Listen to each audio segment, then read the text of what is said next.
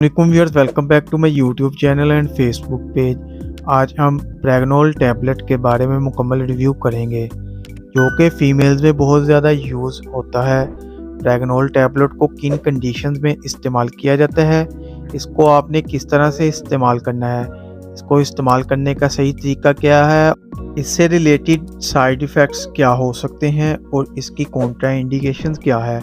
तो प्रेगनोल टैबलेट को इस्तेमाल करने का सही तरीका आज की वीडियो में आप जान सकते हैं। अगर आप ये इस्तेमाल कर रहे हैं तो मेरी वीडियो लाजमी देखें। अगर मेरे चैनल पर नए हैं तो चैनल को सब्सक्राइब कर दें, वीडियो को लाइक और शेयर ज़रूर करें। तो बात करते हैं प्रेगनोल टैबलेट के बारे में।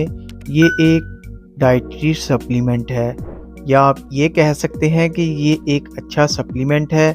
इसमें मायोइनोसिटोल और फोलिक एसिड का कम्बिनेशन पाया जाता है। बात करते हैं इसको किन कंडीशन में इस्तेमाल किया जाता है। सबसे